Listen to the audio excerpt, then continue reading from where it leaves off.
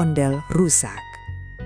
Pada suatu pagi yang cerah, ada dua ondel-ondel sahabat bernama Pak Kumis dan Mak Betty. Mereka sedang berjalan-jalan di kampung sambil menghibur warga yang lewat. "Mak Betty, hari ini rame banget ya," kata Pak Kumis sambil melambaikan tangan. "Iya Pak Kumis, semoga kita bisa bikin semua orang senang," jawab Mak Betty. Saat mereka sedang berjalan, tiba-tiba Pak Kumis tersandung batu kecil di jalan. "Aduh!" teriak Pak Kumis. Karena terjatuh, bagian topeng Pak Kumis jadi retak. Pak Kumis langsung sedih melihat wajahnya yang rusak. "Bagaimana ini? Aku jadi jelek," katanya lesu. Mak Betty mencoba menenangkan sahabatnya. "Tenang saja Pak Kumis, nanti kita perbaiki."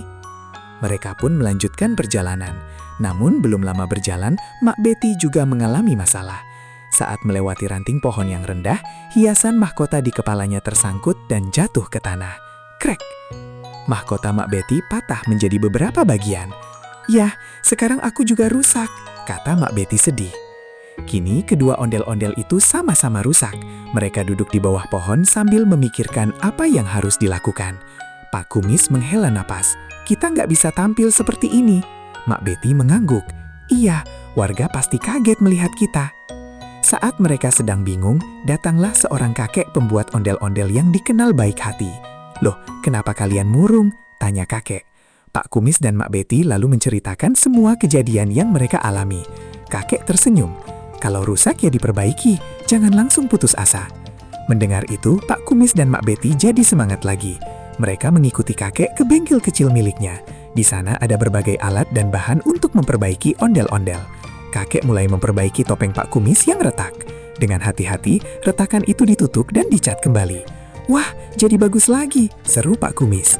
Lalu kakek memperbaiki mahkota Mak Betty yang patah. Setelah beberapa saat, mahkota itu kembali utuh dan bahkan terlihat lebih cantik dari sebelumnya.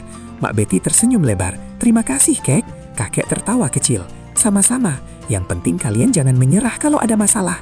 Setelah selesai diperbaiki, Pak Kumis dan Mak Betty kembali berjalan ke kampung. Warga yang melihat mereka langsung senang.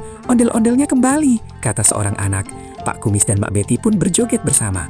Semua warga ikut tertawa dan bertepuk tangan. Pak Kumis berkata, "Hari ini aku belajar kalau rusak bukan berarti selesai." Mak Betty mengangguk. "Benar, selama mau berusaha pasti ada jalan untuk memperbaikinya." Mereka pun terus menghibur warga sampai sore hari dengan penuh semangat dan senyuman. Tamat.